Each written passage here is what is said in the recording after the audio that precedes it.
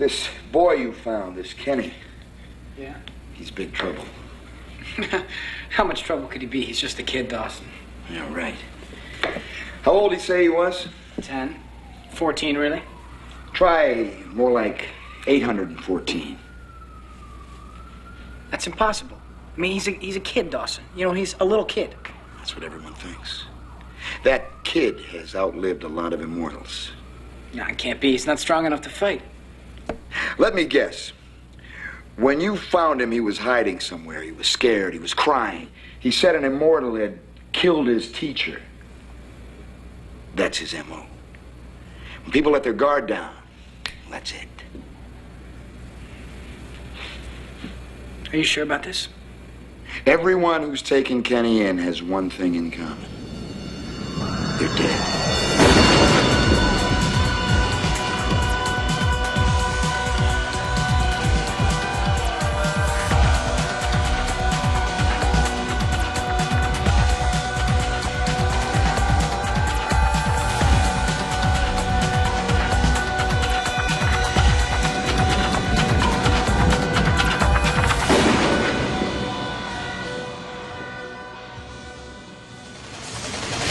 I can never drive a car.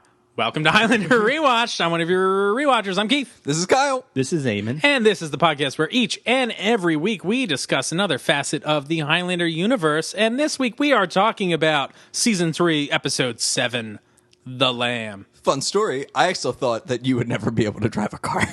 Yeah, that is a good story. I did not get my driver's license until I was 27, maybe 27 or 28, maybe 28 years old. Yikes. Zeist. I did not do well taking that driver's test in high school. I don't know. I feel like the driver's test in New Jersey is very hard, the written one. I would overthink the test. I took it a bunch. And I was like, this doesn't make sense. Like, the way the questions, I'm now defending this. I'm like, the questions are really complicated. Like, they're worded, like, terribly. Like, it is the most poorly written test I've ever taken. And if you think about it for, like, more than, like, a second, you're going to fail. Aw, it's okay, little guy. God damn it. And then I just lived in cities and never really needed a license. So I was just like, So I kept kind of putting it off. But now I can drive a stick shift like a big boy. Like a big boy. I still don't have a driver's license. There we go. What? And Really? see, no one's making fun of Eamon. I am. Or are you about to? Yeah, Kyle is right now. Yeah. You don't have a license? How do you get into bars? I have a state ID. Ah, I see. Can't fly a plane with those, though, soon. No. Can't fly a plane? Like, don't you still need a pilot's license? No. I was referring to the ongoing drama between the TSA and the Pennsylvania Department of Motor Vehicles, but Good story for another time. Maybe. not a good story. Never telling it again. Go All on. right. Well, this week we're talking about The Lamb. The lamb. The Lamb, right. Anyway, this episode was aired Monday, November 7th, 1994, and it was directed by Dennis Barry. Well, he's always directing episodes of Highlander, the series. Last time we saw his work was on The Revolutionary, which most of us didn't really like too much, and The Cross of St. Anton. Which is a good one. Which is pretty good. So this episode was written by Jean-Vincent Fournier. And the last episode he wrote was The Vampire, which was a real good one. And this is the second of 3 episodes. He has one more to go, which is Mythos. Oh, so this guy's ticking off some boxes here. Absolutely. He got 3 for 3. He's credited as J.P. Couture. That's right. I'm wearing JP Couture right now. It looks good on you. I know. It's a Highlander, not Highlander, a Ninja Turtles sweatshirt. It's very couture. In a half shell. There we go. Turtle power. This episode guest stars Miles Ferguson. That's Miles with a Y. I hate that. I as hate Kenny. that. Yeah. Oh boy. Miles Prower. Yeah. He plays Kenny in this episode. He was born in 1981 and died. Oh, really? In the year 2000 Oh, that's so tragic. How did he die, Keith? in a car accident. Yeah. Oh. Which is the backstory that he makes up about his parents dying. Ooh, in I this didn't even think about episode. that. That's rough. Yeah. This is fucked up. Oh, and he was like He was- 19. That's so He was sad, 19. Yeah, Yeah, he died in Vancouver. He was, pretty prominent as a child actor. He was in Are You Afraid of the Dark? In the episode Are You? The Tale of the Fire Ghost. Oh. And I feel like this is a whole... We should watch this We series. talked about this that ghost episode before. Did we? I thought it was the Tale of the Cold. Wasn't there like a cold? Frozen Ghost? The Frozen I think it was Ghost? The Frozen Ghost. Yeah, I feel like they maybe- must have like all these ghost permutations. Yeah. The next one's gonna be, Temperature like, ghost. Temperature ghosts. the lukewarm ghost, the ghost burned by acid. The bathwater ghost. He was also, I guess, the star of Slam Dunk Ernest, Oh, yeah. which is not good. As Yeah, as someone who loves the Ernest movies, I like. It's no Ernest Scared Stupid. Ernest goes to jail where he has magical superpowers. That's right. And he has an evil twin, Ooh. a sexy evil twin. Sexy Ernest. He was in MVP, Most Valuable Primate. Right. Yup. Which is a Airbud spin-off. Yeah. Which, it's amazing that Airbud inspired, like, emulation. Like more pet sports movies. Yeah. Pet sport. It's not even a pet. It's a monkey. Animals playing sports. Will we ever get enough? No. And this episode also guest stars Eric Keenlyside as Dolmen Ross, the immortal Dolmen Ross. He's in this show one more time. We'll see him in the future. He was in the latest like Godzilla movie. And he's the in one with Bryan Cranston? Yes. Oh, wow. I missed that entirely. Yeah. He also is in the new Woody Woodpecker movie. The movie we've been clamoring for years. Oh, my God. You know. Yeah, that thing that's You not know, the guy who annoying writes the at speeches. He was in Freddy Got Fingered, the Tom Green movie. Eamon's favorite Tom Green movie. Yeah, my favorite Tom Green movie.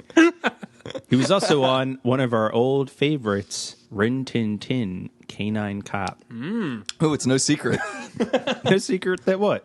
Oh, wow, that dog fight's crime. Oh. I still can't believe it was called Cats and Dogs. Cats and Dogs.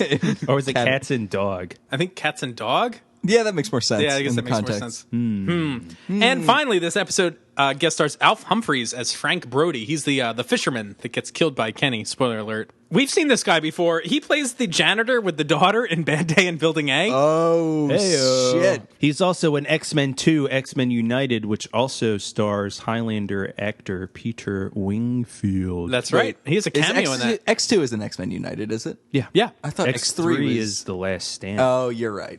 You're right. X2 was the best You're one. right. It was pretty darn good. I like the first one. Oh, yeah. Better than that one? I don't know. You're wrong. I like the story. Yeah, do you? Do you like the story? Sorry. Fine. Speaking of stories, let's talk about the IMDb episode description. IMDb. Duncan and Richie come across an immortal who originally died when he was 10 years old and is therefore stuck in a child's body forever. Realizing that he will be an easy target for full-grown immortals, they decide to protect him. That's a Maybe good one. the best IMDb That is- description ever. I'm giving it the title. That's the best one we've seen. How does this episode start? We're there at the docks, because we're always at the docks. Yeah, so we get introduced to our guest star, Kenny, right away. He is on the docks. He is kind of snooping around. He's a little kid. Wearing denim on denim. That's right. So he's a stylish kid. Yeah, he's very dirty. And he's sneaking up on this old can man who's like... Return of the Dirty Ghost. Yeah. He's got a cart full of junk Right. And a sandwich. and a sandwich. And he like... What's in the sandwich? Bologna from that home that Richie's girlfriend worked at. Oh, That's yeah. right. The- Giving out the bologna. This is in the zone. Presumably. We're back in the zone. Maybe, but it's also like full of boats and like Yeah. some Yeah, guys. right? Yeah, so like where are they? It's like a boatyard that's really run slash down. junkyard. Yeah. It's like, where are you? So I it's guess- like, is this where like rich people keep their schooners, or is this like literally a garbage dump? Yeah, very good point. But I guess Kenny gets hungry, so he decides to murder. This is, I'm prepared to say right now, this is the worst part of the episode. Yes. Is the first moment. It ruins a lot. It ruins the entire thing. Like, just to forecast, like, we're going to Oh, find shit. out that Kenny is actually a real bad kid. He's been alive for a really long time as an immortal, and he's like a little sociopath. That didn't And even occur to We me. learned that the first time we meet him. Yeah. It'd be one thing if he just like pickpocketed the guy and like, oh, he's this desperate kid like Richie from the wrong side of the tracks. Nope. He just is like straight up homicide for baloney. Yeah. Like, There's no need for him totally- to do this. Totally unnecessary killing. Yeah. And it's like, okay, this kid is just fucked. This kid is just terrible. He can die in a fire. Yeah. So we'll end up talking about this later. Like, there's a moral question here about like he's playing the game or not, which is kind of gray. This ruins it because he is demonstrated as being a terrible person right away. Yeah, you immediately know he's evil. Yeah. So why bother? Yeah. It So- like removes the question. Also, there's a lot of like tension that I feel like lose in this episode. We'll talk about this later because what they reveal about this character early on and how they shoot the episode. It's like I'm never sure kind of. I feel like they're in both camps about like what they want the audience to know and how they shoot the tension. So it's weird, but we'll discuss that a little later. So Kenny murders a homeless man. Yeah, just bricks. That's him in how the we dome open. to like some super chipper background music. Right, Like, and the about- music's super chipper, and then he clubs this guy with a brick, and also it just goes. So about 50 feet away, Mac and Richie are looking at a very nice wooden boat. Not that nice though, as we come to find out. Well, should we listen to Richie talk about this boat? Because I think this is really fun. I kind of love this, but it's insane. What do you mean you don't like it? No. I never said I didn't like it. I just said it's not my thing. Richie, there's nothing in the world like an old wooden ketch. Oh, sure. Painting, scraping the hull, cleaning the barnacles, and that's before you hit the water. Have you never wanted to stand at the helm and feel the wind in your face? Oh, sure I have. Doing 90 down the I-5 on top of 1,200 cc's of bored out Harley. What makes a Harley Red Hot bored romantics. out? Richie, a wooden boat is alive.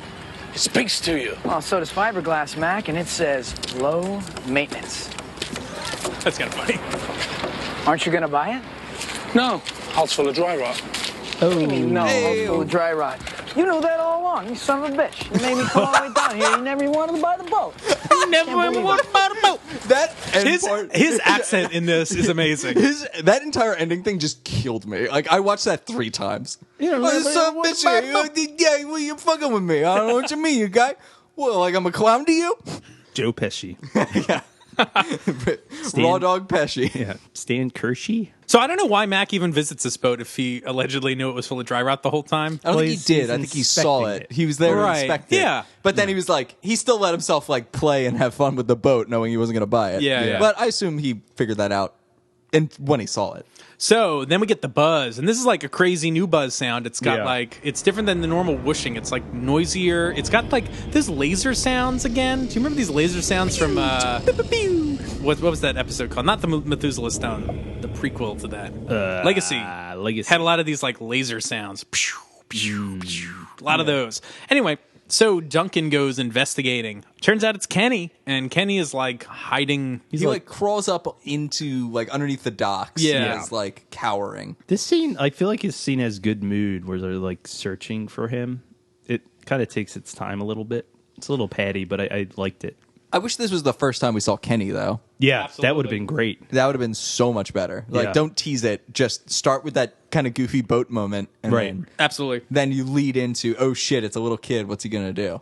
And there's like good piano music in this scene until it turns into Farah Jaka. And I'm like, Dormez-vous? So there's this like distorted version of a children's lullaby. Again, cluing us in that this is not right. Yes. So I don't know. Again, I feel like this episode is showing its cards early. So I Well, think I there's some would've good tension here. Yeah, I would have been fine with like it being like subtle music cues that like set you on edge. That's cool. But like we already saw him club the guy in that. Well, we already saw him murder a homeless man. So it's like, Yeah. there's nothing to infer that we didn't already know. Also, some interesting like buzz clarification. Again, like Mac brings out Kenny, and Richie's like, "What? Where's the immortal? Where is he?" And it's like he's right there. Like you cannot tell who is immortal, even if they're right there. Like you just kind of know they're around. So even if you're kind of alone with the person, you don't know it's them, which I think is kind of interesting. Also, I think this is maybe one of the biggest like mythology changes the show's introduced. Maybe not changes, but like a kid immortal. Like this is a brand new element to this world. Kind of. I mean, we got close to that with both Richie and the girl in the episode with Axel. Right. I guess so. Like they're both obviously young. Yeah, that's true. How old is Richie? I think on the first episode he was 17. Yeah, so maybe he's like 18, 19. Yeah. I think 19 at the most. Yeah. Because at some point Kenny Loggins tells him like, you're never gonna grow up, Yeah. which implies to me that he's still a minor. Yeah. But I feel like we see him like drinking beer and shit, don't we? He's got a fake ID. Fake That's ID. Breaking the law. Yeah. Break the law, break. So we cut to the dojo. Going to the dojo. And so we get some backstory on Kenny. Mac is asking him, like, what happened? How did you find out you were immortal? All that sort of stuff. He's from Wisconsin. Yes, and he lays on this story. Well, we'll find out it's a story. It's a load of shit this kid's spinning. That he got in a car accident, and I guess he woke up like in like a body bag. Essentially, car was all burned up, and he heard the police officers talking about how everyone's dead. So he Escapes. He escapes. He went to Splitsville. He was 10 at the time, and that was 4 years ago. So he's 14, allegedly. We also find that he's like, I guess, been on the run for a while. When he meets other immortals, they try to kill him. But then he met this guy, Frank, who was really nice to him and taught him how to fish. And then we and then we get a flashback To Frank! Part of me thought there was something kind of interesting the way they transitioned to the flashback, but I don't think they'd follow through with this later. Like, normally, like, the flashback is through some sort of, like, element in the room, like a pan to whatever. This time, like, the camera zooms in on, like, his forehead, and it's, like, a soft dissolve. So I was like, oh, is this, like, a subtle hint that, like, this isn't a true flashback? This is, like, in his mind. Like, his like, he's telling us a story. Well, it is a true flashback. He just stops early. Right. So, and also, like, they end up doing a flashback later, and they do it the exact same way. So this means nothing, but it could have been cool. But you are going into his memories. You're going into his brain bone. That's true. His brain bone. How many flashbacks have we ever had that don't feature Duncan? Not many. No. Like, that just feature purely an ancillary character. I think we had one before this, just one, and I can't remember what it is. Well, there was the one with Felicia Martins in For Fall. That's right. I think there was Farfalle. another one. For Fall. Farfalle. That's a good kind of pasta. I love For Fall. You boil that up, you mix a little bolognese in there. Ooh, now you're Boil it talking. up, get a little bit of garlic bread. That's what that homeless man was eating, a bolognese sandwich. Bolognese sandwich. Slop some sauce in between two This slices. is a white bread. There you go. Call it a day. Oh. Wow. All right. That was freeform for free fall. So let's talk about this flashback with Frank. Yeah, so What's most happening immortals here? wanted to kiss him. That's dark. Kill him, but Frank taught him how to fly fish. And it's very, like, sweet. And he's like, ha, Kenny. We ruined this thing. Yeah. They're fighting back the fish. It's very heartwarming. Yeah, good old Frank. But then you hear that Frank was killed by another immortal. Frank Right. was immortal. Did we say that? I think we hinted at it. Yeah. But yeah, that's the idea. Frank is immortal. They're fishing. He's got a big one. He's helping Kenny bring in the fish. And actually, there's some really great dialogue here, I thought. Because this dialogue ends up kind of summing up the whole episode. Frank is like, see, you got to make it like kiss the water, just like it was a lot. Wait, what? Yeah, that's it. That's it. You got it. so Sums up the whole episode. So Frank has Gotta some. make him kiss. Frank has some. That's our fan fiction. God damn it! That's how does all say- our he fan does say fiction that. He begins. does say that. Make him kiss. Make him kiss. He's talking about the fly. That's what he's talking about. Anyway, he's like, you got to get the fish interested, and then he's like, you drop it on its tail, and you want to give it a try. So he's like, patience is what it's all about. It's like, he's kind of summing up the scheme of this episode. It would seem. Yeah, that Kenny is very patient. It's a fishing rod. There you go. Spare the fishing rod. Spoil the Kenny. But no, that is a very good point because he is the one who's like the patient manipulator who gets them interested and then pounces. Yeah, and then Frank even also says, he's like, oh, you got to get him like real tired. You got to like play him. That's another line he says. So all this stuff kind of relates to the episode, which is pretty solid stuff. That's good writing. Double entendres. The last part's the tricky part, he says, which it is because you got to kill him. Yeah. So we cut back to the present. Yeah, but Kenny just sums it up as some guy cut his head off. Right. Yeah. I couldn't imagine Frank, like, sword fighting. No, he seems like a hapless goof. Yeah. Yes, Frank the buffoon immortal. Yeah.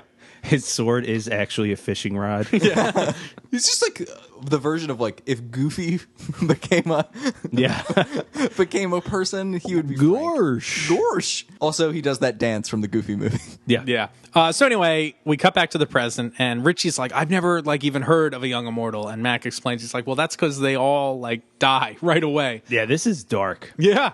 Younger immortals, I guess, are killed quicker in the game because they can't defend themselves that well. Right. Yeah, so it's the first time an unscrupulous person comes along, Yeah. you're toast. So then we get another flashback. We get like back-to-back flashbacks here. Back-to-back flashback. Yep. Virginia, 1862. We're on a bridge. This is during the Civil War. Important question here. Continuity related. What the hell? Mac was a Union soldier at some point. Right. Was he actually a Union soldier? He was Yes. in a uniform. Oh, that's right. He was in a uniform. And honestly, Yeah. That's right. we just did a live video where we unboxed a poster showing where Mac was at different times and all the battles he fought in. One of the ones that was actually clearly shown on it was 1862. Mac was a Union soldier. He's wearing a Union uniform. So he's there Yeah. as a Union soldier. This flashback, though, clearly seems to indicate that he is not. He's some kind of operative for the Underground Railroad, it seems. I feel like in the episode where he was getting hung, they do mention that he helps runaway slaves. Yeah. Right, which you could do as a Union soldier, but Right. he's like mouthing off to like this Union commander in these flashbacks and stuff like that. It seems very clear that he is definitively not a soldier in this flashback. So I don't know what happens there. Yeah, well, the commander actually even says to him, he says, "Go back to your Negroes, abolitionists, and leave the fighting to men." I believe he says negress. Which does he really? Which I somehow found more offensive. I thought he said the other N-word. Oh. And I had to pause it Ugh. and rewatch it a few times because I was like, really? Then No, you were it does not disappointed say when he that. didn't say it. But he Because does. Eamon's a stone cold racist. That's right. He's a devotee of the alt-right. He's our third co-host, Pepe the Frog. That's right. Oui. They do say the N-word in that episode we're referring to, though, don't they? Remember Yes, that? they do. And we were like, do. what? Whoa. What? That's in the episode Innocent Man. Right. Yeah. Where Sheriff Bad Guy is the enemy, but all the flashbacks involve his friend who was a Confederate officer. Right. That's when you start a new TV show and you say, when's the right time to drop the N-word? 4th episode in, Yeah. probably. Yeah. It's probably a good All shows have that question they ask. When's the time? 4th episode. But Mac is like helping some runaway slaves get to freedom. And so he warns this commander, I guess they're trying to march on, and he's like, there is a battalion ahead. You will lose this. You're going to get like bottlenosed in the bridge, blah, blah, blah. Right? Something like that? Something like that. Somehow I was Mac knows that this is not going to end well. I was a little confused about I how was this is all shaking out. but- deeply confused. Because first off, maybe it's just the way it's shot, but it looks like there's the same number of both of them. Mm-hmm. Yeah. Like, it looks like identical numbers. And somehow, through the magic of cinema, there's like a bunch of smoke at some point, and then all of a sudden, there's just the Confederates are there at the other end of the bridge and just mow down the Union guys. And it's like, how did they Batman their way there? Right. Like, these Confederate troops Batmacked. They did it. And they just like appear and mow them down. It's just like, if they just waited for, because apparently the Confederates were marching their way. It's like if the Union guys had waited, it just seems like they would have been the ones murdering the other guys. It was Yeah. very odd. Yeah, they could have waited until they were all on the bridge. Like, And then until just shot them all. And Yeah. yeah. I Like, don't, didn't seem like they needed to run. It just Yeah. seemed like they didn't need to slowly walk over the bridge where the Confederates magically appeared. right. It's not their trick. Maybe Union. they were It's magic their illusion. Confederates, and that's why Mac was warning the Union guys. Yeah, that's it. Ooh, maybe it's like Abraham Lincoln Vampire Hunter, and the Confederate soldiers are actually vampires. I think that's probably exactly it. And the That's Underground probably Railroad exactly is it. smuggling silver to the Union troops so that they can murder the vampires. Very good. So there's a bloodbath. It's pretty dark. There's like a dead horse on the bridge. Yeah. I was like, yikes, this is rough. This all They looks actually kind killed of that cool. horse for the shot. They did. They did. It says that on the DVD commentary. We had to kill a horse. I fucking stabbed this horse. Stabbed it right through his horse neck. So anyway, Mac, be only one. Mac gets Horse. shot. Everybody, all the Union soldiers gets shot. Yeah. And then we see there. Why does Mac come back? Like, why doesn't Mac actually go with them? At some point, he runs over and is like trying to get the Union officer to like yeah. stop shooting for some reason. I have no idea what his game is. Like, I can't Yeah. understand what he's trying to do. Yeah, I don't- And he gets shot, but whatever it is, he gets shot doing it. It's confusing. yeah, does he think surrendering is the right move at this point?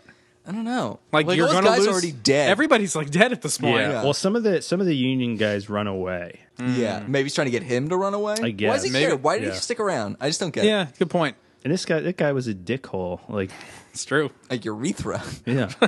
Real urethra over there. Urethra in a suit. So anyway, Mac awakens because of his immortality, and he sees a young boy. I guess this little like drummer boy, Sean. Actually, a little drummer boy. a literal little drummer boy. Literal little drummer boy. Yeah, And pom, so pom, this pom. guy, this kid is also immortal, and he's like kind of robbing the. Is he like looking for bullets? Is he robbing them? What's he doing? Either way, I guess he's kind He's of. digging through their He's pockets. looting the dead. Yeah, he's looting the dead.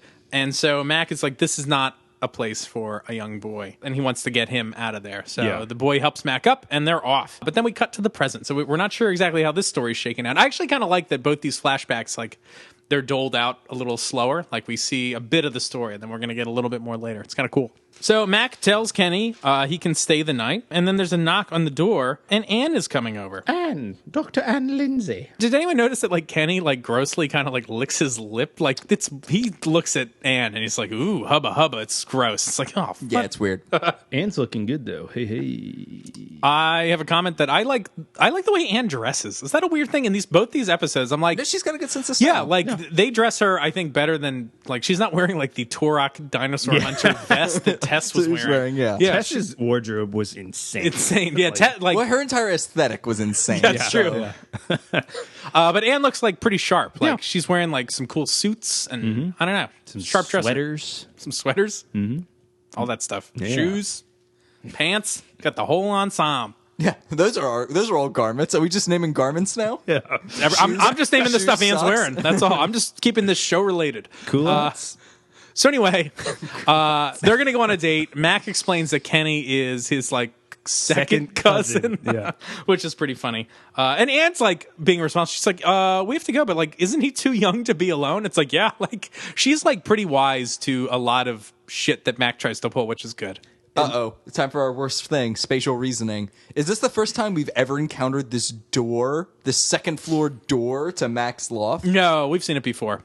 Oh yeah, Who uses it? the Mac cop- uses it. The cop guy like escaped from it on that one episode. Because there was also that weird spiral staircase. No, there's the that spiral led staircase. up, That's which might be gone. I don't remember seeing yeah, that. that might be gone. Wait, but no, is there Max. a different new. Yeah, there's a door to side the right door. to the right of the elevator.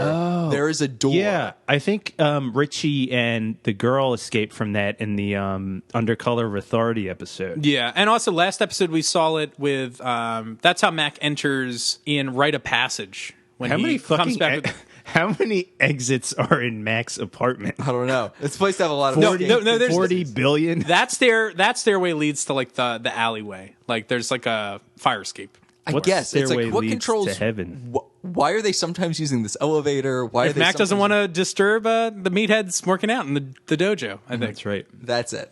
That must be it. He doesn't wanna- For some reason, I feel like this is the first time we've explicitly seen it.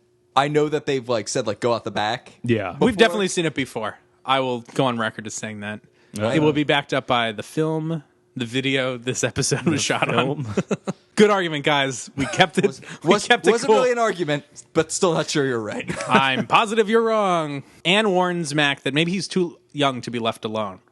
So that gives Mac pause, and we get another flashback to when he leaves this like Little drummer boy. little drummer boy alone. So With he, this old like crone. Catherine. Yeah, where are they? Aren't they Yeah. like 100 steps from a battle? Like, why did he think this was a good place to leave him regardless? I don't know. Right. So this is like an underground railroad stop, right? Is that what this place Oh, is? maybe because I guess he brings everybody there, right? Yeah. That appears to be the implication. Yeah. All right. So then this kid Sean, like even back in the 1800s, I feel like children did not speak like this. The kid Sean is like, but we should stay together. We're two of a kind, brethren. It's like no one ever spoke like that.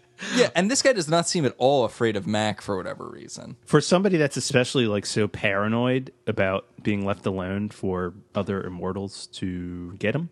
Yeah, he seems totally comfortable with Mac. Yeah. Not sure why. But So Mac anyway, so Mac leaves this kid leaves him. Sean Yeah. at this cabin. And then we cut back to the present. Kenny is there, I guess, with Richie. Richie's come over to babysit. And he's playing with like a Bobo Dragon Zord. You guys catch this? Yes, I did see that. And the thing has got like a mechanical voice that's like, I want your head. I want you dead. Yeah, you must die. It's like, whoa. Also, a little too on the nose. Yeah. Isn't this the time where like parents were coming out about like violent toys? Yeah.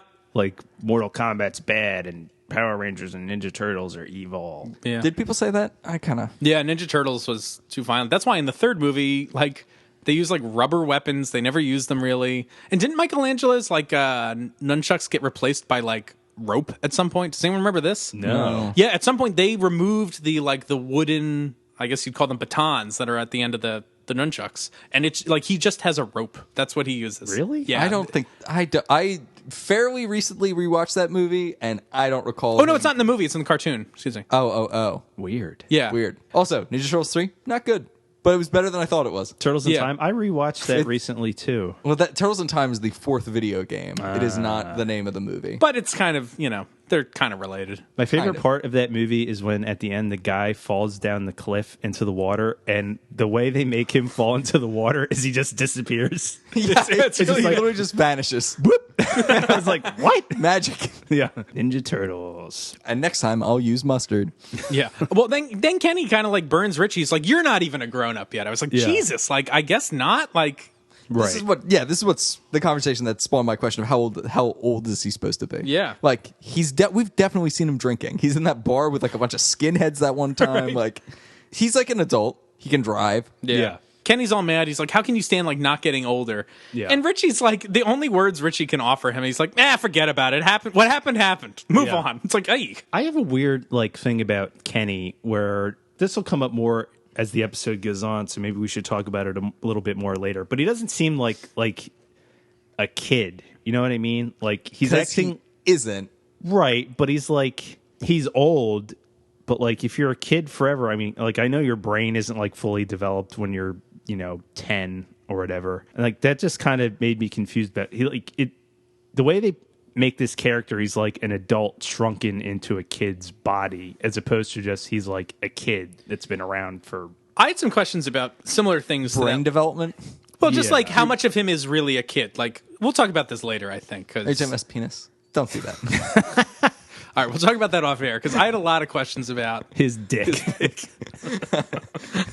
This isn't a little kid. Anyway, so we cut to Joe's. The world's worst date. I've got Again. problems with this. All right, so there's some live music playing, and Anne is like, "Oh, I really like this place. Why haven't I heard of it before?" You mean you were just there? You were Yeah. just there. So I had a couple of theories about this. So one was she was hit on the head with a brick. so that's my first. Is maybe she was the bum. so she has amnesia now.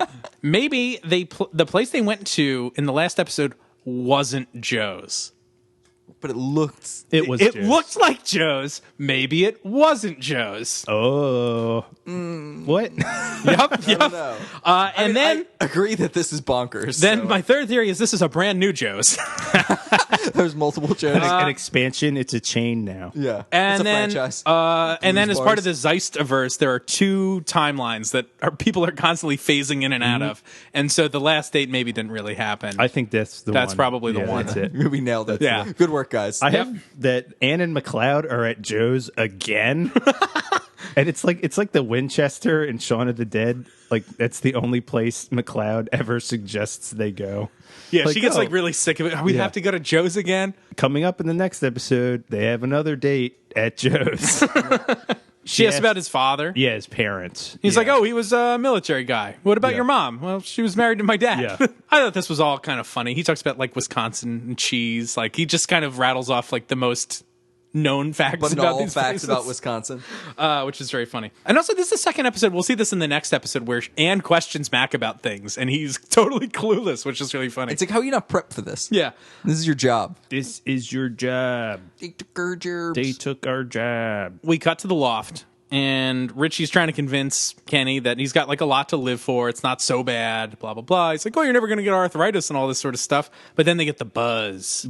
And so Richie warns Kenny, he's like, "Well, maybe you should hide or run out back. I'm going to investigate." So Richie heads downstairs. And now we get to meet our other immortal in this episode, Dolmen Ross. Dolmen Ross. He looks, Oh, like, man. he looks like a poor man's Cole Meany. Yeah, that's good. Eamon, you watched this episode with your roommate. What did your roommate have to say about this character? He said, that guy looks like a Highlander fan. That's really good. Yeah. That's such a big burn on us. Yep. But, he looks like me. oh, the possibility. The possibility. All right, so let's Yeah, talk about he's very unthreatening looking. He looks yeah. like a nerd. He is less threatening looking than even Michael Moore was. He's like a total nerd dad. Yeah, he's got like a dad bod Dad bod. goatee. Yeah. He also kind of looks like Louis C.K. a little Yeah, bit. He does kind of look like Louis C.K. Yeah. If you mashed him up with Mr. O'Brien, Yeah. you'd get So, Mr. O'Brien, that's good. Yeah. So this guy, Dolmen Ross, this is like a whole plot problem in I'm this movie. Dolmen Ross. He is like, "I'm here for the kid. I don't have shit with you." And he's like, "I'm coming back for him." And it's like, Yeah. "Hey, by the way, buddy, do you want to mention the problem with that kid?" Like, he does not says say nothing. anything. He He's says just- nothing. Why? This is a problem a lot of like movie and TV shows have, where there's a very simple answer, which is usually just a character needs to say what's going on, what their state their intention, and they don't, to keep the tension up, and it doesn't make any sense in this scenario. Because also, like, this guy was tricked by Kenny. Like, it's not like he's after him for other reasons. I could maybe see that. Like, if this guy purely wanted to kill him because he is just a South Park fan. Yeah. Just saw Kenny as an easy target. He's like, let me get my prey, essentially. And he didn't know that Kenny ran the scam on people. It's like, you literally know that he tricks people until the time is right. You see him tricking a person. Why wouldn't you tell them that they're being tricked? Don't you want to save this person? It's like, Richie could be next. He's like, I got no time for this. Like, I got to just kill this kid. I got no time for this. I'll come back later. I don't have time to calmly explain to you the situation, but I do have time to return later. Yeah. What the hell? Doesn't make any sense. But Richie acquits himself well in this scene, I guess. Yeah. He's looking tough. He is. He's got his stance in order. His sword. Stance Kirsch. All right, so we cut to later in the loft, and Mac is questioning the kid about, like, why was this guy coming for you, blah, blah, blah. The kid's just like, well, I'm easy prey. That's why he's here. So Mac suggests that maybe they're going to take Kenny to a religious school or something. He's like, I know a priest. Kenny doesn't really want to go because he's like, I don't want to live at a church, but this is the only solution, really. Yeah. Well, what he also, actually I want to note that the music celebrates Richie's victory over Dolmen Ross with some fretless bass music. But sorry, go ahead. I just wanted to say, Kenny says, I don't want to live with a priest. I'm like, no, that's a valid concern. Yeah, especially these days. Yeah, with young Kenny. Also, I don't know if they Jesus Christ. were like running out of money here, but most of this scene is just shot from like an above the head still cam that's it's like a security camera footage. Yeah, this is another one of those shots like in the morgue, and it's like, why is the camera just floating up there? Very strange. For why? And it's a lot of the scene is shot that way. It's weird. Kenny asks to go fishing first. They're not going to go to this priest school right away. So like Kenny gets basically have like a do whatever Kenny wants Kenny's day. last day. Exactly. So he requests to go fishing, and they're going to go. So we cut to Mac, Crystal Lake. give me a catch. Take a catch. So it's just Mac and Kenny there fishing. At the same, like, exact same spot. So I had another question. Was Frank another one of these Seacouver immortals? Like, apparently. Seacouver seems ripe with immortals. Seacouver's a hotbed of immortal activity. And we'll see in the next episode, that immortal seems to have his, like, home base in Seacouver, the surrounding Seacouver area as well. Everybody's right here. I just think that the takeaway is ultimately just that there are a lot of immortals, I guess. Yeah. I guess there's just a lot. Like a ton. Either that or they're just all in Seacouver. Yeah. Or it's like gathering magic. The first episode's Gathering called The magic. Gathering. It's in Seacouver, I guess.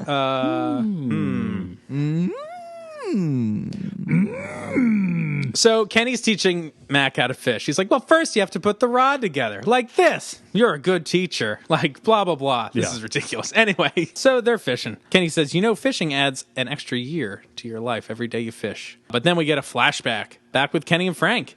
And so this is the scene we saw before, but extended. So when Kenny goes to get the net to catch the fish, he actually gets a Pulls sword. the sword out. And then it's pretty cold and just like cuts Frank's head Whacks off. Frank's head off. And Yeah. then we And get roars. a goofy roar and So- silly quickening. So this director was the same director for the Cross of St. Antoine, which also had the raptor roars. Oh, that's right. So I think we know the culprit on these raptors. Dennis Barry is into These He's raptor into roars. Maybe he saw Jurassic Park and was like, some more of that, please. Sign me up, dude. Yeah. Hitch it, dude. Pitch it, dude. It's like I'm in the movies, guys. Yeah. We're a bunch of Foley artists. over here. So then we cut back to the present. So at this point, we now are 100% sure of what Kenny's MO is. So he goes to get, is it a net again, or get the hooks, the flies, or whatever. He's going to get some shit. It's the flies. Yeah. Yeah. So it seems like he's getting a sword now. But then Anne shows up with lunch and ruins the whole thing. And this really pisses Kenny off. He's mad. Yeah, he goes into full dick mode. He's such an asshole. And Mac's like, hey, Kenny. Yeah, so Anne's like, oh, can you teach me how to fish? She's like, I'm only here to teach Mac or be with Mac. And it's like, ugh, man, not cool. Come on. Right. He's a brat. So then he goes just like hides in the tree, like amongst the brush. He's gone feral. Did someone say something? Somebody has the brains of a flashlight. Oh, yeah. Yeah, Anne, like, really disses the fish bad. Yeah. She's like, oh, you guys can really catch those fucking idiot fish. Like, But the brains the size of a flashlight. the batteries in a like, it's, what does she say? The brains like a She says, I'm just strictly back up, implying that she's not going to stay around for a while. She's just bringing the fish. She's like, I'm sure a couple of tough guys like you can outsmart a few tiny creatures with the brains of a flashlight. What? I does guess that it's mean? like a flicker. It's not like they're brilliant. They're not bright? Not very bright? Yeah, I think that's the joke. Or maybe it's just Well, brains just of a fleshlight. Maybe that was it. Well, before fleshlights were invented, people used fish. Ew! Oh, God. Gross. Disgusting. For some reason, that was over the line, but all right.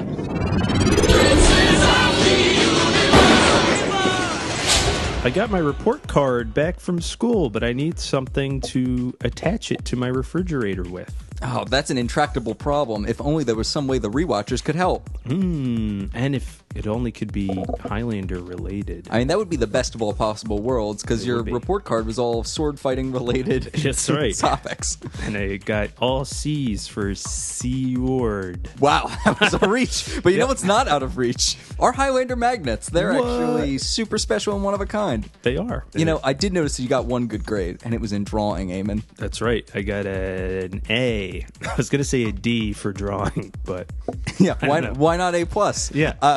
I drew 5 Highlander character magnets in collaboration with Panzer Davis Productions.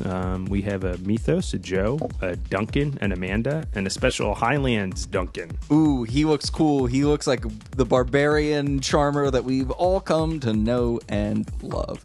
It's right. incredible. And Eamon, where can you find these things? You can find these on our Facebook page or in our Etsy shop. You can order a one set of all 5 at one low price. You won't believe it. And you know what? If you can order it, if it ships, we'll send it to you. That's right. If it ships, yeah. If it ships, we'll send it to you. Yeah. But we're actually not going to deliver it. It's not a Pony Express kind of situation. No, a good It's a delivery Federal person. Express kind of situation. That's right, the feds. The Federales.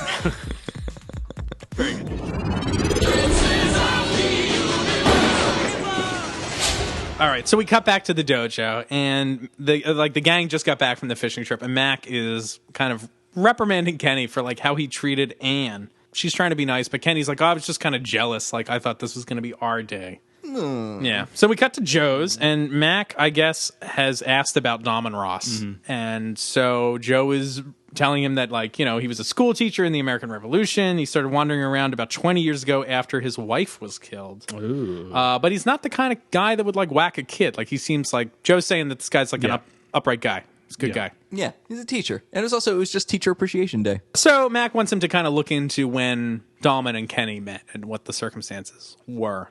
So then we cut back to the dojo, and Richie's there showing Kenny some moves, which is just like Richie beating up a child. Yeah. Which is pretty good. But he's trying to teach him some moves that, like, a small guy can use. Right. Kenny gets all upset, and he flips out. He freaks, and it's a weird rant. Yeah, it is. He's like, I can never drive a car.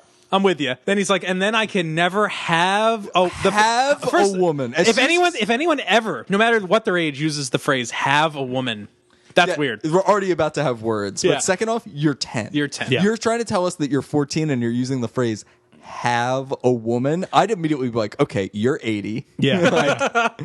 I'll never have a woman. And so then he like slams down a bottle, and then another bottle breaks. Yeah. And then he says, this is so strange to me. He's like, oh, I can never do anything right. Implying like I can't even put down bottles. I can't even have a tantrum correctly. And then Richie's like, oh, that's okay. It happens to everybody. It's like, or it happens to the, it's like, what? Like, what is happening I in this mess scene? up putting bottles down all the time. Right. he's just trying to make the kid feel better. I guess so. I don't think that these lines are the unnatural part of it. So then Richie utters the 3 tenets of the Church of Raw Dog Ryan, which are relax, chill out, take a break. The Church of Raw Dog. Those I are want the to 3 make a pillars of the crest Raw Dog. with like that in Latin. Relax, chill out, take a break. How do you say raw dog in Latin? So Richie starts cleaning up the stuff from their workout or whatever. Kenny starts sneaking over to the swords hanging up on the wall. Right. We've asked before in last season, like, why are there swords on, like, real swords on the wall? I thought those were Charlie's swords. Oh, that's because right. when He takes swords they're in with his him. bag. So Mac replaced them with his own swords. I guess. I mean, I don't know. It really brings the room together. Yeah. So it really brought the room together, did it not? Kenny gets one of these swords and he's about to kill Richie. But then buzz, Mac comes in. And so, comes like, Mac. literally by pure chance, Richie's life is saved by Yeah. Mac approaching the dojo. And this, And I guess, is not his- suspicious at all. Yeah, Yeah. and the fact that Kenny has the sword passes without comment. Yeah. He's literally standing right next to Richie with With the a sword. sword. And Richie's never like, bro, what's with this fucking sword? Yeah. Yeah. And Mac just picks it up like, oh, look at this. What do you Well, know? he kind of makes a joke like, oh, you guys are training? Like, maybe don't use something so sharp when you're Yeah. training. So then we cut to the loft, and Kenny's drinking another soda. I think half of this episode, Kenny's just so hopped up on sugar. Yeah, it's he's why he's That's amped the up. problem. Yeah, He's drinking too much soda. Yeah, the real villain in this episode is Mountain Dew. Yeah. Soda tax. Mac's making some tea. Ann comes in, and she's not there to see Mac, but she's actually kind of trying to mend the fence, mend the bridge. What Yeah, are we she saying? shows up to hang out with Kenny. Right. She wants to make things right. At which point, more hints that he's a 90-year-old man. Yeah. So he's a real dick. He's like, I don't want to do anything with you. And then he's like, you know, Mac sleeps with like a lot of women and they're prettier than you. They look like this. And he holds up like a magazine. He's like just reading a nudie mag or something. What is he doing? This is what he has. He's reading a comic book because they show That's a it, like, comic? from- I thought it was like a USA or like a People magazine. They're like they show him like from behind reading it, and it's a comic book. He's actually reading the. And then the ad he shows her, I remember this ad. Holy from shit. it's an ad for the Weird Science television show. And I forget the woman that's on the show, but like I remember that ad. It obviously made an impression on me. But it's basically like Yeah, we know what it did. it's basically like a fold out in a comic book with just a full image of this woman. And the concept of Weird Science, if nobody knows, it's like two geeky science kids like create a woman. Like, yeah, babe. it's like a Frankenstein sort of thing. yeah. that they want to bang. That they want Right. to bang. Yeah. which Right. is weird. Yeah. Which is gross in this movie. That movie would never be made today. Like, Hey guys, you want to make like a biological sex bot? Cool. okay, Like, this movie's for kids. it's a fleshlight. A fish light. Fleshlight. Very good. We're about to get another flashback, and the transition's kind of cool because there's like an audio transition, like the tea that Mac is making, like the tea kettle goes off. So I think it's kind of cool because it's showing that like Kenny's really angry about shit. It's like nice. Good Audio boiling stuff. over. Yeah. Why don't we go together? It's my responsibility. Yeah, because I Duncan guess mumbles. Mac is getting concerned. Or Yeah. at first, I wasn't sure. I was like, is Mac getting wise to this situation that Kenny's not so cool, or is he really concerned? And I think this flashback clears up the issue that Mac is still legitimately concerned that like Yeah. Kenny can't be alone. He's got to be with him just in case something happens. So we cut back to Virginia, 1862, and so there's these three enslaved people are being, I guess, held by the Confederate officers. These are the people he was trying to escort out. Right. So Mac is there to rescue them, and he like kind of just shoves the one soldier, and then he like karates the other ones. Naturally. But he saves these people. But while he's saving them, there's like a quickening in the distance. And Mac is like, oh, fuck. So he goes running back to the cabin, like through a battle. Like there's a full-on battle going. Apparently, it's like I'm glad you were staying so close to this battle. Yeah. So when he arrives back at the cabin, he sees Catherine dead first, and then he sees Sean's baby Sean. dead body. Yep. It's very sad. Also, who killed him? Yeah. We're never Who sure. killed- Who killed Sean? This is- Is it his friend? His Confederate soldier friend? Oh, that'd be crazy. That'd be. That would be. Yeah. Whoa. Yeah, maybe before they met. Yeah, he just whacks this kid and murders that woman. Not cool. The scene where Mac like runs through the battle is pretty cool. Yeah, I thought. I liked it. I liked all the kind of Civil War flashback stuff. I mean, like, I didn't think the content of the flashback was like anything special. Like, it's kind of just like, oh, Mac met a kid before, and too bad that kid died. But it all looked cool. Like, the costuming was neat. The battle was kind of fun. It's too bad it wasn't like content driven. Yeah. Because like the flashback we had in Innocent Man, which was to the Civil War, like that was a pretty chintzy flashback. Like it was like a guy on a horse in a Confederate uniform, but the stuff they talked about was cool. This is like the opposite. Like this looks great, and like kind of there's no substance to what's going on in this. It just kind of lets you know Mac's dealt with this before. Right. So we cut back to the present, dissolves through some like falling leaves or whatever. And so Mac, Kenny, and Ann are walking through the park. And Mac is like pointing to like the skate park. And she's like, that looks fun. And then Kenny goes, I don't have a skate. It's like, once again, yeah, we know you're like a million years old. Yeah. Because who talks like this? I don't have a skate. That's what the kids are saying, right? When they listen to their punk rock music, I'm cool. Yeah. He's not a skater boy. No. And she's like, oh, maybe you can borrow one of their skateboards. It's like, oh, great. That's like what I want to do. Yeah. Apparently he does want to borrow one of their skateboards, actually. Very badly. I think this might speak to your point of like, he is kind of a kid. Yeah, I'm not really sure Where what he decides he's going to try to choke out one of these skaters because he wouldn't let him borrow his skateboard. He wouldn't let me borrow his board. So while this is going on, freaking choke slammed him. Yeah. And like, so while this is going on, we cut back to the loft. Yeah. And Richie is cooking dinner for, I guess, Mac. Very nice of him. And Joe shows up. This is the clip we heard at the top of the episode. So Joe finds out this kid is not 14. He's more like 814. What? And this is like the scam he's been pulling to survive, that he befriends immortals and then kills them. Pretty intense. And then Richie also, like slams down a knife. He's like, damn it. Yeah. And Richie has one of my favorite greetings so far. Oh, what's up, D? What's up, D? That's amazing. Anyway, I didn't catch that. That is amazing. It's real What's up, good. D? What's up, D? What's up, D? Really trying to hip up this episode since this is like the kid-centric episode. Yeah. Oh, yeah. Well, that kid is 800. Like Joe's performance in this scene is like reminiscent of the Watchers. Yeah. So, yes, then we cut back to the... I know your first love. So we cut back to the park, and yeah, Kenny is choking out some fucking kid because he wouldn't lend him his skateboard. And yeah, I don't know why he's doing this. Why did he bother? Like, did he want to really skate? Yeah, I don't know. Or is this one of those things that, like, as a 14-year-old or 10-year-old boy, like, he doesn't have a lot of options for fun. Right. So maybe the opportunity to do kid stuff and skate is kind of cool. Like, it's like, I got to do something for fun. I can skate. I don't know. And then I don't know why he's doing this. Snot-nosed little kid who's like, no, it's my board. And you're like, oh, yeah? Well, yeah. Jay Leno. Very good. Mac pulls him away and is like, what's going on? You want to explain this? Right. And then they get the buzz, and Dolmen Ross shows up at the park. So Mac starts to kind of like rush them away. But while this is all happening, like Anne at some point like excuses herself. Like Mac is having like a stern talking to Kenny. Like, what the fuck is going on? And Kenny's like, well, I lost it. And Anne is just like, I'm going to wait over here. And then when Dolmen Ross shows up, it's like, time to go. And Anne is suddenly like, she just kind of walks back into the shot. Like, I'm here again. It's like, okay.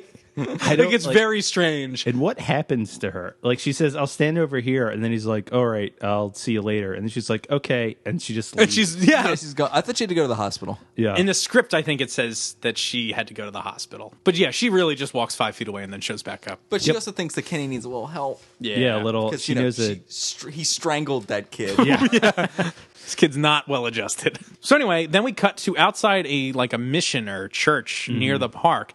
Mac mumbles his way through this sentence. He's like, "Oh, you're straight from holy ground. You're the steps.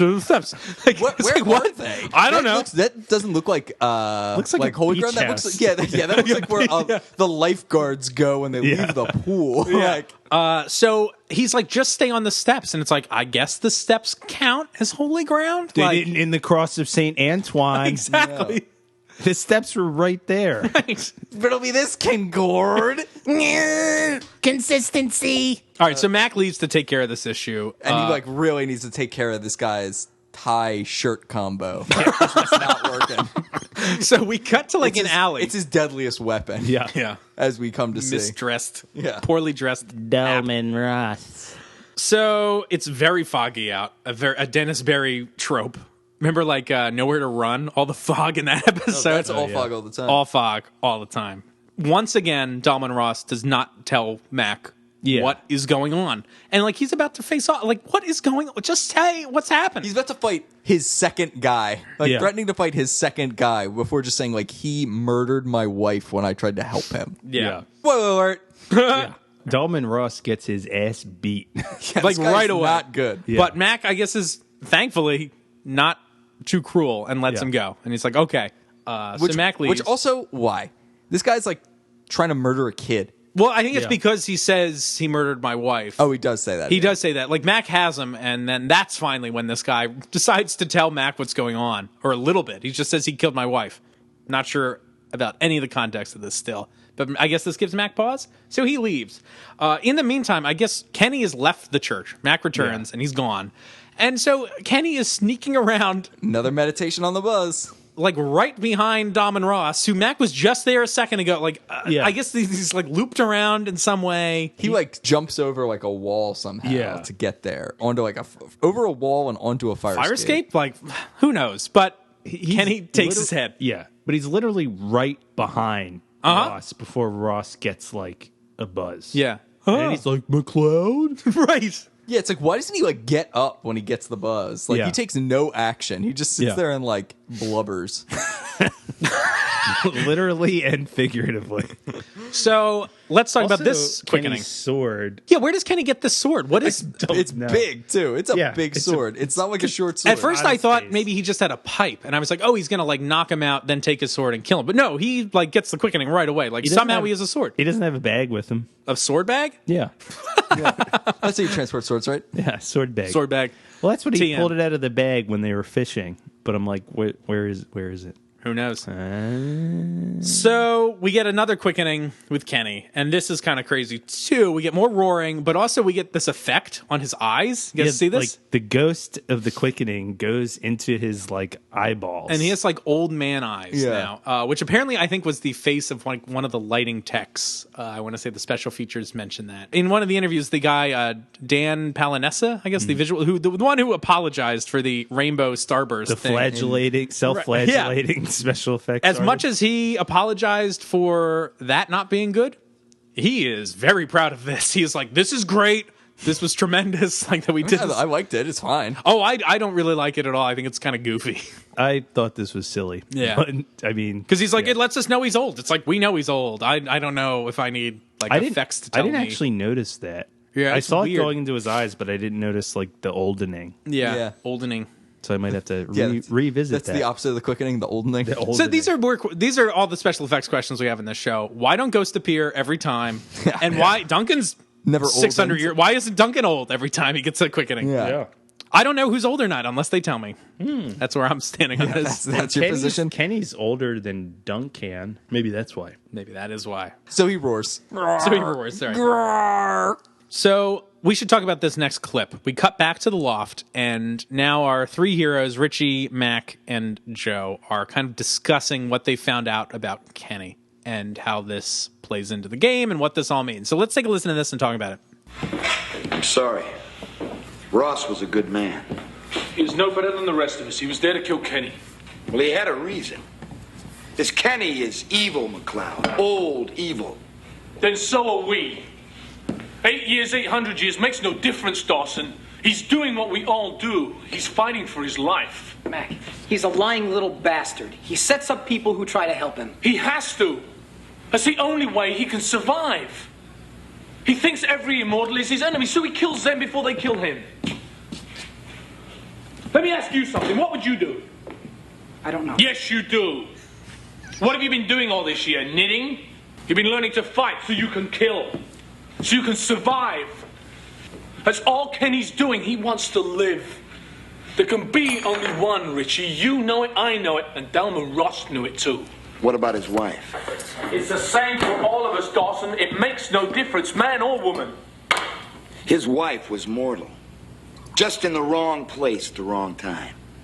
She kept Kenny from killing Ross. She died for it.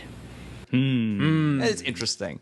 I am very surprised by Mac's position on this whole thing, though. I'm very surprised at how Mac is at 11, it would appear. He is like yelling this entire time. It's like you are amped up about this. Well, I guess he's supposed to be like feeling the demons of like that kid he left, failed in the past. But like he is really giving this kid a pass on killing people who are trying to help him. Yeah. Like, why is that not more offensive to him? And like he's also like kind of hard on himself and Richie. He's not teaching Richie how to fight so he can go hunt people. Yeah. Well, Mac doesn't do that either. Has Mac ever disparaged anyone else for playing the game differently? Like, I mean, like Xavier used gas, but I don't think Duncan ever was like poor form. I mean, he kind of was, and he accused Axel of cheating. Right. He says, like, you cheated. Oh, right, yeah. Like, he obviously that's a big he obviously has inconsistency. ideas about how this is supposed to be done, and he certainly never does those things. Right. Yeah, he's never like hauling off and shooting anybody or sicking goons on his enemies. Like, he clearly has ideas about how this is supposed to work. Yeah, he's very sympathetic. Yeah, and also just to the deception of the whole thing, he's very sympathetic to, even absent the killing. Now, is it just because he's a kid? But he's also not a kid. He's Right. 800. Right. So it's not like he looks like a child, but he isn't a child. It's not like he is actually some scared little kid who's reacting violently. Like, he's old enough to be making concerted decisions, and you saw him strangle a kid over a skateboard. Right. You know that's happened. It's very yeah. puzzling. Like, he knows even absent this is a weird and damaged guy. And Mac also seems to be defending this position strangely because he has proposed a different method, which is like, we'll take you to holy ground and Richie will help you with some fighting techniques. Like, that's Mac's solution to this kid's predicament. But then when he finds out that the kid's been doing it differently, he's like, that's fine too. Like, Yeah, that's also okay. Yeah. That's fine. Yeah, that's a-okay. Well, I mean, and also he's really hard on Dolmen Ross too. Yeah. Yeah. Kenny is like literally smaller than, like, I think that's the level. That's how I took it. That's the level Mac's talking about it, is like Kenny literally can't fight adults. Right. Like, he has to do this deception thing, but that he seems to be okay with like the lying and like betrayal of people that trust him is really weird and un-Mac like. It's only when he hears about the murder of a mortal woman, and I don't know why he assumes that his wife was immortal. Yeah. I mean, he infers that. I don't know why. It's only then that he suddenly sours on the idea. Mac seems to be defending the game very strongly here. Like, it's like you play the game no matter what. That's how this all goes. We're all training to kill each other. But then he seems to get very upset when he finds out that Kenny killed the wife. But we find out that the reason Kenny killed the wife is because she, like, interfered with the game. And so it's a little, like, great. You know what I mean? Like, It's graded on a weird curve. yeah, like I'm she's left she's being wondering- an active participant in the game in that moment. Like, she tried to stop Kenny from playing the game, and she got killed due to that. So I don't know. It's a little weird. Like, it's not like Kenny was necessarily being super cold-blooded. Maybe. No, it totally was. I get the impression, but Well, I think that's only because we know what we know of Kenny. Like, Yeah. Right. if he never did any of that other bad stuff, and we were like, he was in this game, and somehow the wife got involved, and she ended up getting killed by saving, because that's what we find out is the wife ends up saving her husband. So, like, maybe it sounds like it could have been accidental. Like, she ran in, got killed, and then Dolmen fled or something. Who knows? But Yeah. I don't know. It's very strange. I don't think this is set up well. Like, all of Kenny's motivations and the way he's categorized. Mac Categorized? side. Characterized. Characterized. When you turn into a carrot. Rob Schneider is a carrot. That's what happens when you're characterized. All right, so then Mac, I guess, gets worried about Anne. I think that's what this scene's all about. It's like, oh, he killed his wife. Oh, no, what about my loved one? So Mac runs off to, I guess, save Anne. So Anne, we cut to the like hospital parking garage. Anne is getting like chased down by Kenny in a car. In a car, yeah. For a very long time. Well, Very let's long. not skip this. Oh, okay. Anne walks by, and Kenny's Oh, in a right. car, and he just goes, bitch. That's right. Which explains my note here that I was like, why did I write this? This is making me uncomfortable. I just wrote, cut to bitch. And I was like, why did I write that? That's weird. You just don't like Anne. I was like, that's a weirdly misogynist thing I might have done. Like, Why So is he going after her? Just because he's evil? I guess so. It doesn't make any, like, this is only going to draw more attention to him. Although I guess, like, his cover's blown now. So I don't know what the reason for any of this is. does Like, he know his cover's blown? why didn't he go back to Mac after... Because he must know because he whacked Dolmen. Right. Or does Mac even know that? I don't know. I mean, I can see why he was upset at Anne earlier because, like, she kept kind of foiling his plan. Like, I need to Yeah. be alone with Mac. Stop, Right. Get out of here. Stop at this, wanting to date him. But at this point, like, now that his cover's blown, at Run least away. Mac and Richie know about it. So it's like, time to leave Seacouver. I blew it Yeah. here. Got to move on. So this is the second episode in a row where there's a car chase that's very long. Yeah, it's super long. But Mac makes it. Yeah, he kind of saves Anne, and Kenny crashes the car and then, like, drives away. And Mac goes running after him. And Anne's like, don't do it. And at this point, I wasn't sure if Just she call the knew it was cops. Kenny or not. She doesn't. Yeah, and she doesn't. Right, exactly. Yeah. So outside, Kenny runs by some paramedic, and he's like, oh, some crazy guy's chasing me, like, help. And so when Mac comes out, this guy, like, tries to stop Mac, and Mac just karates him. And so it like, it slows "Sorry." Mac down for like 2 seconds. Yep, it's a good 2-second foil. Yeah, so then we cut to elsewhere in Seacouver, and we're at some abandoned warehouse machinery place. Gotta get that warehouse. Yep, so Kenny's inside, Mac's looking for him. Kenny unscrews some sort of like thing, and What is that? I don't know, it drops like a know. whole engine on Mac Yeah. or something. It's crazy. It like drops an air conditioning unit on him. Yeah. And then, to keep with the hipness of this episode, Kenny screams the line, "All y'all would have taken my head." He says, "All y'all would have taken my head." I didn't notice that. Yeah. Wow. Weird. All of y'all would have taken my head eventually. Oh, yeah. That's his... Kong ain't got shit on me. Oh, good. So Kenny comes down and he's going to take Mac's head. But he's saying, like, I hate it when people get in my way. Yeah. He's saying, like, everyone was in my way and you all would have taken my head eventually. And that's his, like, rationale for what he's doing. So Mac grabs his, like, hand, like when he goes to kill him, and he shoves him away. Shoves him away. Yeah. And then Mac's able to get out from underneath this big piece of metal, chases Kenny outside, and then Kenny has gotten on like a school bus and drives away. That's how he makes his escape. In the original script, it was not a school bus. There is a group of school kids riding by on their bikes. Kenny assaults one of them and steals his bike and rides away. This is a much better ending because it doesn't involve Kenny assaulting a child. Yeah, and like again, and I guess none of the other kids notice and are like, "Why'd you fuck up our friend? Yeah. We're not standing for that." It's just him kind of blending in, which is, I think, smart, which is good. Like a Blendini from Dunkin' Donuts. That's right. Yeah, exactly like that. Yeah. We should start charging for these ads. Yeah. America runs on Dunkin'. Am I right? That's right. Yeah. McLeod. DD Runs on Perks. Duncan's Cloud, yeah. All right, so we cut. This is the denouement of the episode. Anne greets Mac at the loft. Well, she asks him to, like, leave the Rambo stuff to the police. Yeah. I'm starting to like you. Leave this Rambo stuff to the police. And she's like, "Oh, where's Kenny?" I sent him home. Right. And then I guess, she supports hitting kids because she's like, "I really want to smack the shit out of that kid." Yeah. I don't blame you. He was a real dick. Especially to you. So Mac pours himself a drink, which is very large. Anyone notice how much drink is in this glass? It's like a cup and a half of scotch, it looks like. Like, Mac is done with this day. He's like, fuck this day. Yeah, I'm out. So they cuddle, and Anne is like, "So is this where we are?" It's like, "I think so." And Eamon, what do they do next? They gonna fuck. That's right, they are. Eamon's, My favorite line. yeah. Because of your note from last time, my notes now also say, and Eamon says they fuck. Yeah. And they gonna get it on. Before we get to our final thoughts, I have some questions about specifically this scene. Anne presumably has no idea who attacked her. She knows it's not Kenny because she doesn't mention that. Right. So is there no follow-up with the police here? Like, she was chased down for seemingly minutes, like targeted in the garage to be murdered. And she doesn't ask Mac, "Hey, did you catch that would-be murderer?"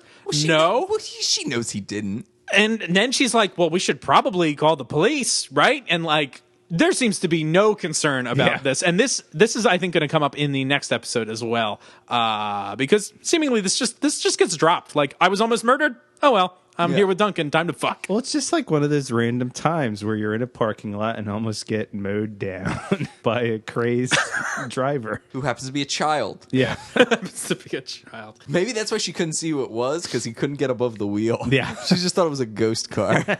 That's the next Are You Afraid of the Dark?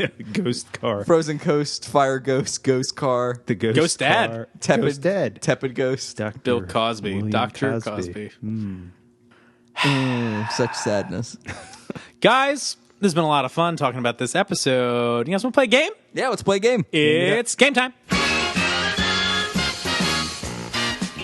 So, guys, we're going to play a round of Quickening Fire. Oh. Kyle is the inventor of this game. It's been a lot of fun. So I'm going to be asking you a series of questions. Sometimes it will be factual. Sometimes it will require you to make up an answer. Sometimes we'll be asking you different questions. Sometimes they will be the same questions. So are you two ready to play? Yes. All right, ready to go. Kyle, question 1. What are the lyrics to Frere Jacques in French? Frère Jacques, dormez-vous, dormez-vous. Hey man, what are the lyrics to Frere Jacques in English? Where is Richie? Where is Richie? I don't know. I don't know. Gonna get a quickening. Duncan is a boatsman. Charlie, ho. Very good. Bonus question for both of you simultaneously. How do you spell Frere Jacques? Oh my God. F-R-E-R space Double E, fail. All right, we're all done. Space J-O-R. Oh, I'm done. Kyle, what kind of fish did Matt catch? He caught some nice trout. Eamon, what kind of fish did Kenny catch? Red-tailed snapper. No, he didn't catch anything. He just what he caught was a strangled child. Kyle, how many entrances are there to Joe's bar? There's exactly one. Eamon, what's the driving age in PA? 16. Kyle, how many entrances are there to Joe's bar? There's still only one. Kyle, what's the driving age in Washington? In Washington, I imagine it's also 16. Eamon, what year did the Civil War start? Shit. I don't know. Kyle, when did the Civil War end? 1864. No. Or 65. Sorry, too late. Eamon, name 4 Confederate states. Mississippi. It's literally half of our country at the time. Nope. Kyle, name 4 other Confederate states. For other Confederate states, So not Texas, Mississippi. North Carolina, South Carolina. One more. You said 4? Yeah. Oh, Georgia. There we go. Eamon, what is Kenny's favorite board game? Crossfire. Kyle, what's his favorite board game? Sorry. Eamon, what kind of sword should Kenny use? He should use one of those Nerf swords where, like, it has the ring and you have to, like, stab the tab closed. Do you remember those? I have no idea what you're talking about. Kyle, why is this episode called The Lamb? Because he's innocent, like a lamb. Eamon, what caused Kenny's fake parents to get in a fake car accident?